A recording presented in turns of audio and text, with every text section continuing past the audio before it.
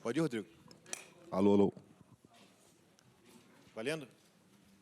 Danilo, boa tarde, Canhamota, Globo Esporte. Você é um dos líderes dessa geração e agora sem Alisson, sem Marquinhos, sem Neymar, sem Casemiro, acho que esse papel fica ainda mais relevante e com tantos garotos, enfim, que você falasse a importância de passar tranquilidade, confiança para esses garotos e se você lembra da sua estreia na seleção, como é que foi, como que você se sentiu, falar um pouco sobre isso. Obrigado. Primeiro, fico chateado porque esses nomes que você citou não podem estar disponíveis por lesão. É sempre uma parte chata essa da nossa profissão. Mas eu me sinto lisonjeado de poder estar, né, compartilhando com essa garotada que vem com muita ambição, com muita vontade de fazer história pela seleção brasileira, poder estar compartilhando a minha vivência, a minha experiência. Eu lembro, sim, da minha primeira vez. Tinha jogadores como Lúcio, Ronaldinho Gaúcho, Júlio César.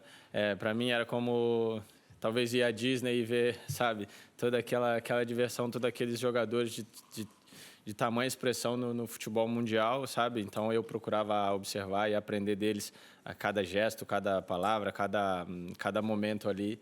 E acho que as coisas acontecem dessa forma, natural, né? A gente vai aprendendo, daqui a pouco é a nossa vez de ir passando conhecimento e tranquilidade. E é assim que funciona. Mas acho que esses garotos estão chegando já com uma bagagem bem interessante, já acostumados a jogar em clubes importantes, com pressão diária também importante. Eu acho que isso só tem a somar para aquilo que é o trabalho deles aqui na seleção. Posso? Pode dar o microfone. Tá aqui. Tá. Tudo bem, Danilo? Boa tarde, bem-vindo de volta à seleção. Danilo, queria tratar com você de um assunto espinhoso, sem nenhuma intenção de colocá-lo em saia justa, mas como um capitão, um líder, um cara esclarecido que você é, gostaria de te convidar para participar desse debate. A gente teve recentemente as condenações do Daniel e do Robinho por violência sexual, por estupro. Você conviveu com esses caras. Fique à vontade, não precisa falar sobre eles. Eu queria convidá-lo para falar mais amplamente sobre o tema. Se é um momento interessante, já que isso aconteceu e que isso está sendo debatido, da gente falar sobre comportamentos, sobre uma melhora de comportamentos de jogadores de futebol, de pessoas famosas, de homens em posição de poder em relação à mulher, a qualquer mulher, a da balada, a esposa, a filha. Se é um momento interessante para que jogadores, treinadores, instituições, clubes, a CBF, que toma conta do futebol, falar mais abertamente sobre esse tema, talvez até de maneira educativa. Bom, aproveitando essa oportunidade, Júlio, após aqui a coletiva, eu vou distribuir para vocês uma nota da CBF de ontem. Enquanto vocês estavam lá no treino, a CBF tinha se posicionado sobre a questão. Aliás, coisa que ela faz constantemente, né? Essa é uma das bandeiras da CBF desde o início da gestão do presidente Reginaldo. Então, a CBF sempre se posicionou sobre esse tema, sim. Se é para falar de uma forma geral sobre o tema, ok. Se não, depois, especificamente sobre esse caso e outros, a CBF se pronunciará para você aqui após a coletiva. E a quem quiser. Obrigado, Rodrigo. Obrigado, Danilo. Eu acho interessante a forma como você colocou a...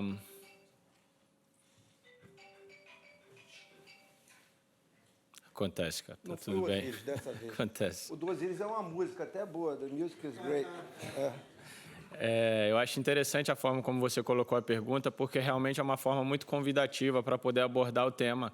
Justamente pela forma como você falou. Hoje em dia, com tudo que acontece, existem julgamentos e de todas as partes. É muito complicado falar, mas eu entendo que na minha posição, principalmente hoje como um dos jogadores, o jogador de mais tempo dentro da seleção brasileira hoje, exercendo o papel que eu exerço, é importante que eu fale. Eu acho que dentro de uma amplitude do tema, eu acho sim que é necessário passar por uma conscientização, e aqui fica o meu convite já falando aqui para o Rodrigo, já está aqui o Rodrigo também, uma conscientização que parte dentro da seleção brasileira, das categorias de base, do futebol brasileiro também, passando pelas categorias de base.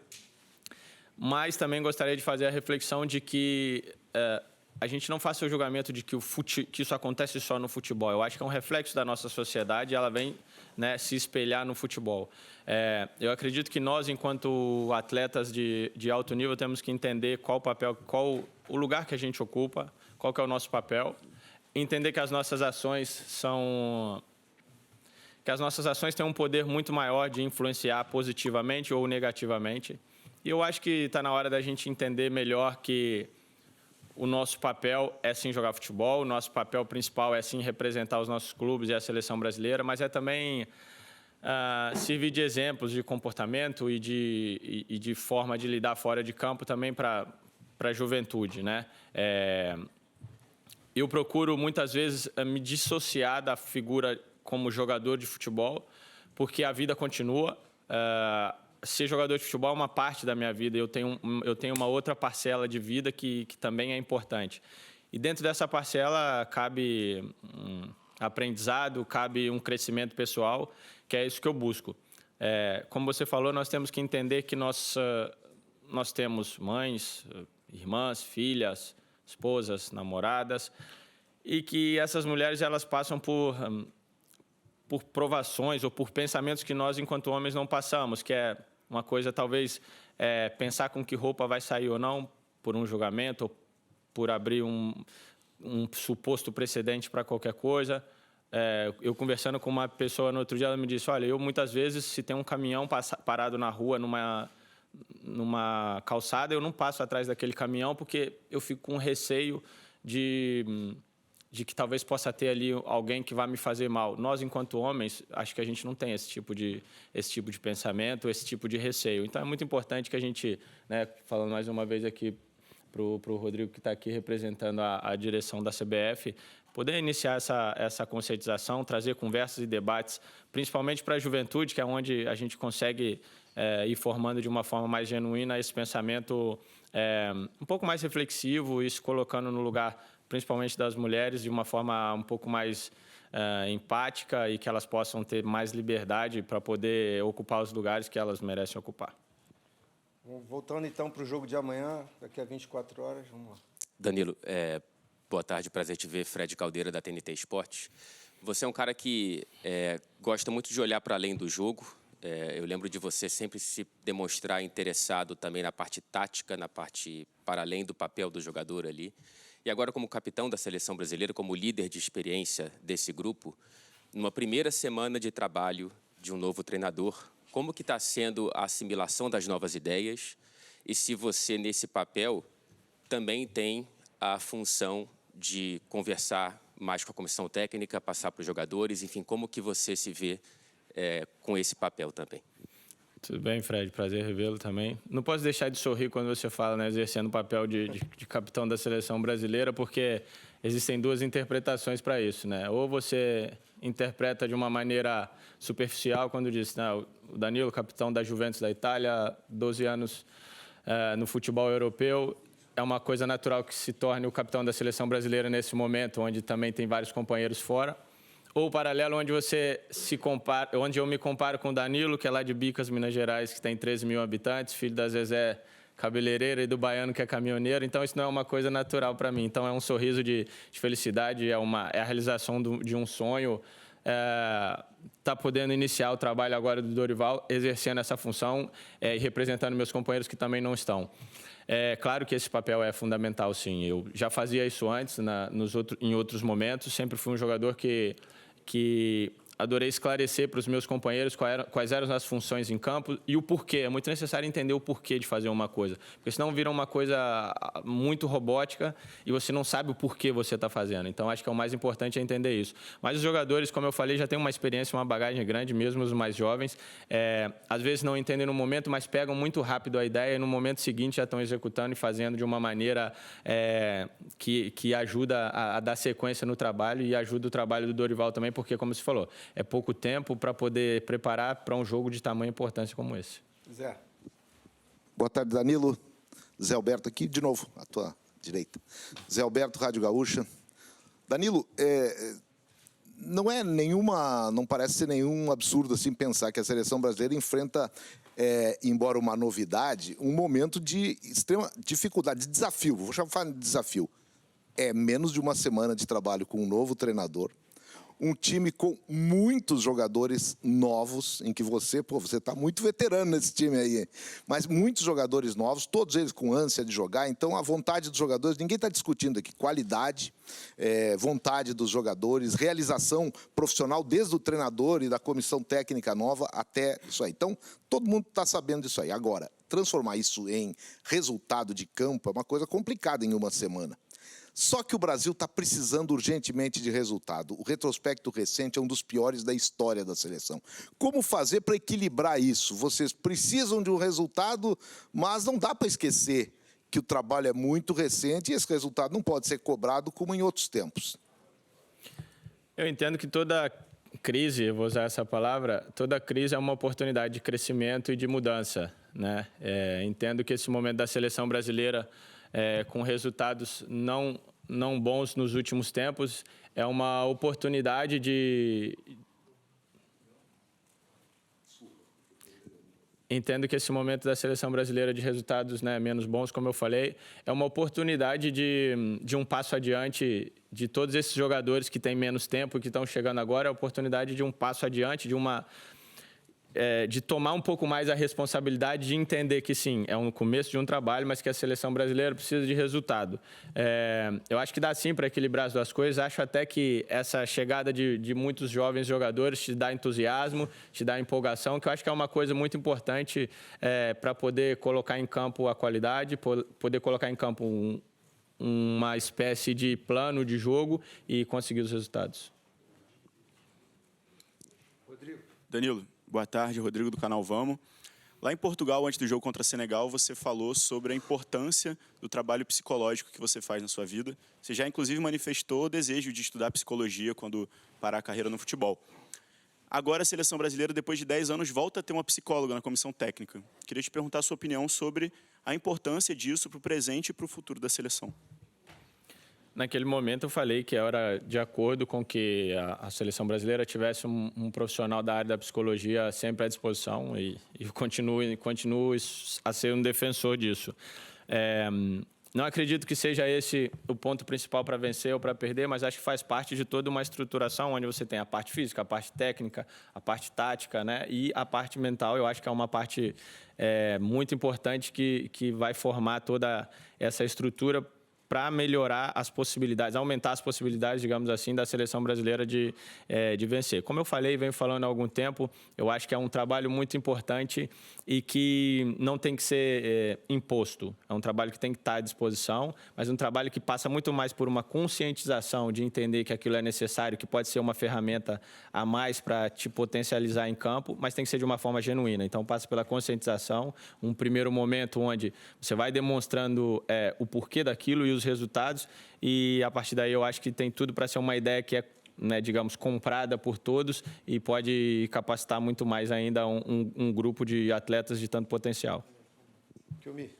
Danilo aqui, boa tarde, Kiyomi Nakamura, TV do Japão e Easy News. Amanhã, antes de jogo, com certeza você vai dar palavra para o time, né? E por toda a situação, acho que sua palavra vai ser muito importante para seus colegas.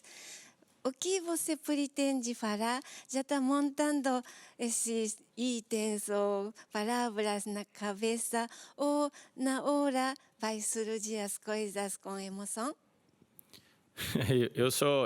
Normalmente eu falo bastante nesses momentos, eu sou um dos que sempre falam. E não costumo ter discursos prontos. Normalmente é uma coisa que sai ali no momento, na emoção, que sai do coração. Eu acho que são as melhores palavras, são os melhores discursos, são aqueles que são genuínos, que saem mesmo do coração. Então, eu nunca preparo isso com antecedência, vai ser aquilo que surgir na hora, mas a motivação já vem de cada um e isso que é o mais importante. Danilo, aqui no meio. Tudo bem? Marcelo Beckler, da Rádio Itatiaia. Bom te ver novamente. Você falou recentemente de saber o porquê fazer as coisas, né? Tem uma coisa que também sempre se fala que é saber o como fazer. A impressão que dá de fora, a seleção vai chegar a 2026 com 24 anos depois do último título mundial, tendo perdido em casa e, enfim, não vai para as próximas Olimpíadas, dá a sensação de que a mochila está muito pesada, de que todo jogo é uma pressão muito grande para os jogadores que estão entrando em campo. Saber o porquê é importante, mas saber como também. Como deixar essa mochila mais leve, como entrar em campo e se divertir, jogar futebol e talvez poder desempenhar até melhor.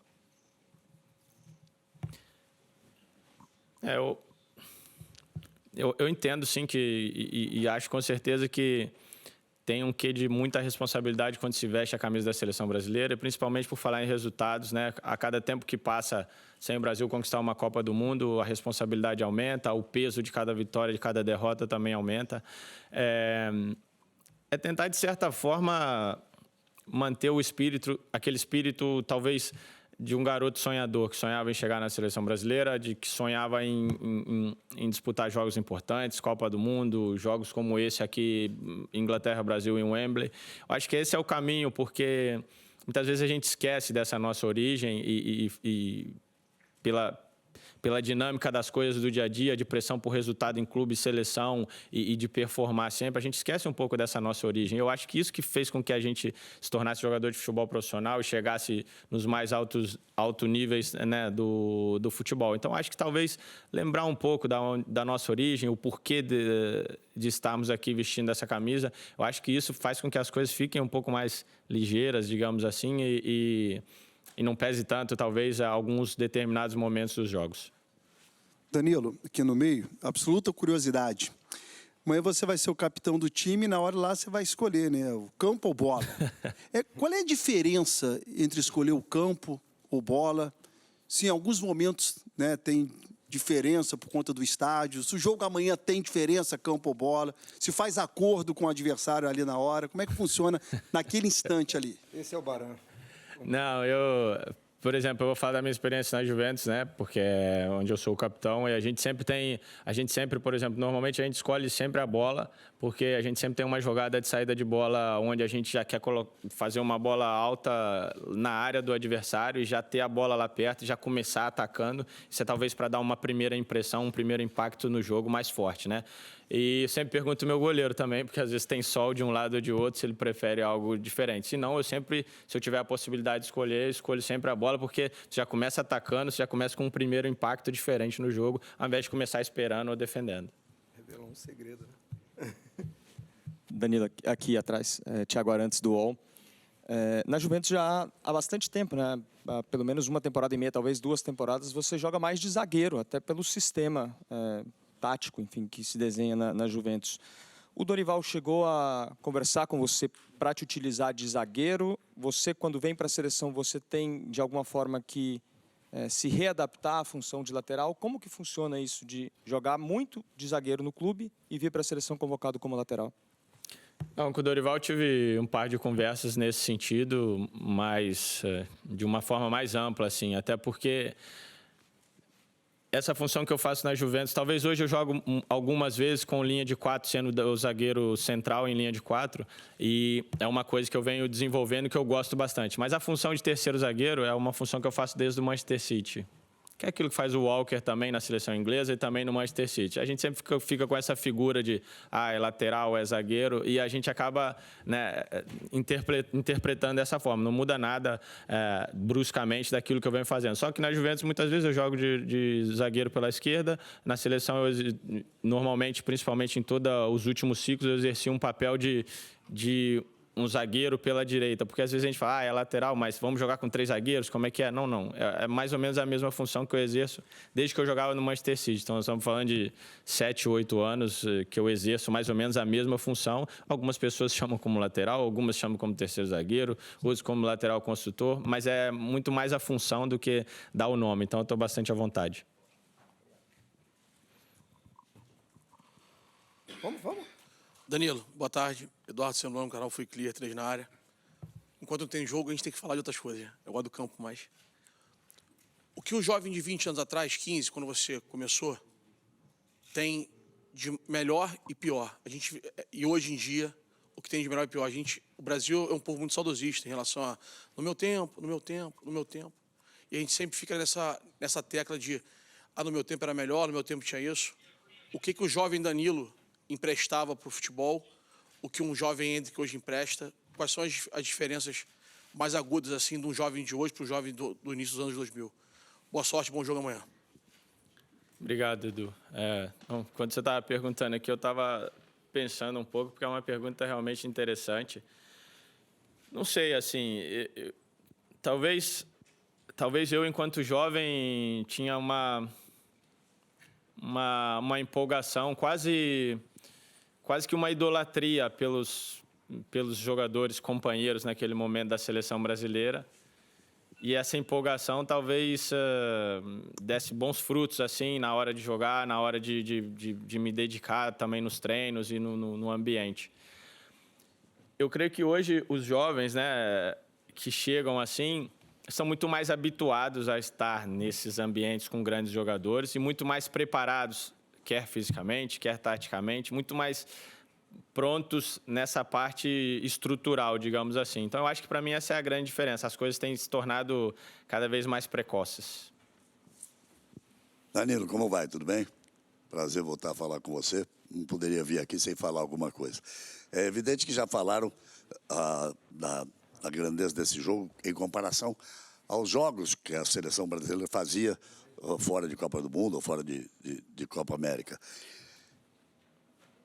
A sensação que eu tenho, não sei se você concorda, da importância desse jogo, é que desde a Copa de 2014 no Brasil, aquele jogo com a Alemanha, que a gente não gosta de lembrar, e mesmo com a Holanda depois, na decisão do terceiro lugar, das duas derrotas, por questões de calendário, quando via data FIFA, a UEFA colocava seus jogos, nunca se deram tão bem, FIFA, UEFA, assim, você sabe muito bem disso, os adversários eram times asiáticos, times africanos ou times da América do Sul. Então, eu diria que há 10 anos o Brasil não faz um jogo contra um adversário tão grande e tão forte como a Inglaterra e como vai fazer na semana que vem contra a Espanha. Se a gente lembrar, na Copa de 18, jogamos com a Sérvia, jogamos com o México, me ajudem aí, com a Suíça. Depois... E Costa Rica, que é a primeira fase, Costa Rica, Suíça e Sérvia. Depois o México nas oitavas de final e a Bélgica, que não é da primeira prateleira, não sei se você concorda comigo. Se passarmos para 2022, jogamos com Sérvia, com Suíça de novo, com Camarões, com Coreia e depois paramos com a Croácia, que também não está, quando a gente cita Inglaterra, Itália, Alemanha, França, etc. É o início de um novo ciclo contra um time fortíssimo, num estádio que é emblemático no futebol, no futebol mundial. Como você está vendo como capitão e como vocês estão vendo a importância desse jogo, abrindo um novo trabalho, já visando a Copa, depois de um ano que foi o pior ano da história da seleção brasileira. Prazer falar com você, Galvão, outra vez. A gente tem que ser concreto, sabe, e falar abertamente que foi um ano muito ruim para a seleção brasileira, o último ano, em termos de resultado, em termos de planejamento, programação e tudo mais que você quiser falar, porque é o que aconteceu. Um ano muito ruim, concretamente um ano muito ruim. Mas eu entendo que, como eu falei numa resposta anterior, toda crise é uma oportunidade, sabe? Então, nesse momento, né, onde considera-se que a seleção brasileira vive uma crise de resultados, poder enfrentar um adversário tão importante, num ambiente tão emblemático, eu encaro como uma grande oportunidade de poder demonstrar que foi só um erro de cálculo ali, de percurso. Eu acho que agora a gente pode demonstrar que a gente tem capacidade para estar disputando esse tipo de jogo, para estar suportando esse tipo de pressão e principalmente demonstrando que a seleção brasileira tem o potencial para disputar da mesma forma jogos contra essas equipes, né? Porque se você for pegar cada jogador, por exemplo, a gente tem...